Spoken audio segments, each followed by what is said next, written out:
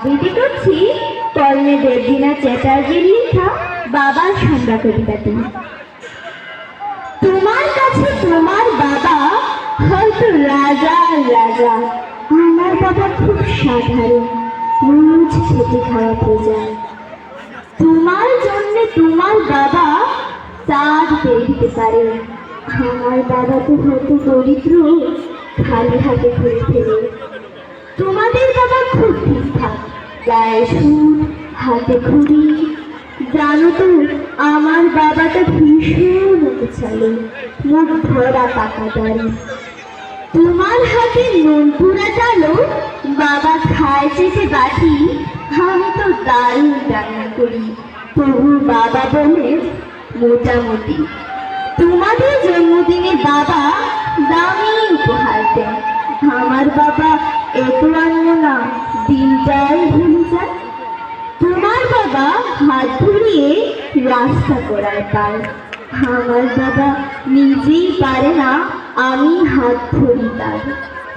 তোমাদের বাবা তোমাদের হাতে খরচের টাকা দেয়, এদিকে আমি টিউশন করে মাসুহারা পেলে বাবার ঔষধ কিনতে হয়। তোমার বাবা রাখতে পারে তোমার ভীষণ সুখী, আমার বাবাও চেষ্টা করে আগলে রাখতে বলি।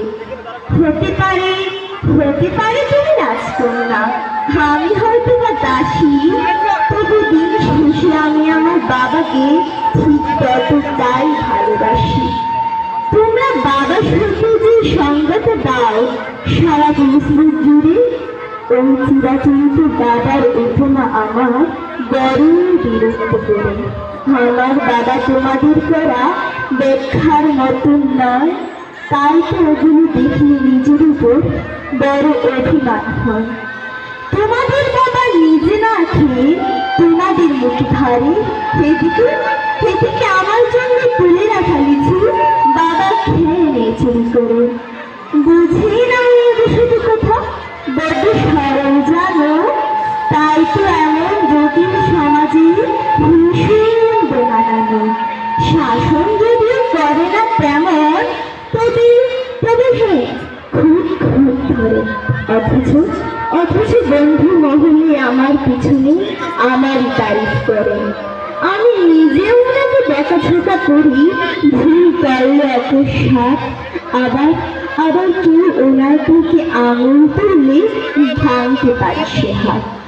বাবা পরীক্ষার আগে সংসার বলে, কিরে পাশ করবি তো বল, রেজাল্ট বেরোলে ভালো ফল হলে তার কিছু জল। আমি নিজে ওনাকে দেখাশোনা করি, ভুল করলে এত সাত, আবার কেউ দিকে আঙুল তুললে ভাঙতে পারে সে হাত। যে বলে খালি আমার দ্বারা কিছুই হবে না নাকি, তাকেই আমার সাফল্যে আমি দাবানো বাজাতে দেখি। সবচেয়ে বেশি অশান্তি করে যে লোকটির সাথে আমার বিয়ের পাকা কথা হলো, সেই হাল নাই করে থাকে। অথচ যখন জিজ্ঞেস করি পারবে থাকতে ছেড়ে, উত্তরে বলে বিদায় হতে আমি বাজবো হাতটা ছেড়ে। অনুপাত জন্য বুকের কাহিনী অভিমান জন্মায়, সময়ের সাথে যদিও আবার সেই বরফ করে যায়।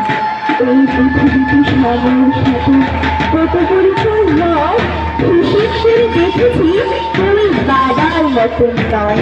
সম্পর্কের সমীকরণেরা রোজ বদলায় মান, তোর প্রথম সারিতে বরাবরই থাকে বাবা মায়ের স্থান। ঝগড়া ঝামেলা অভিমান এসব এত কিছুর পরেও আমার একটা বিষয়, ওরাই তখন দুর্বল তৈরি করে।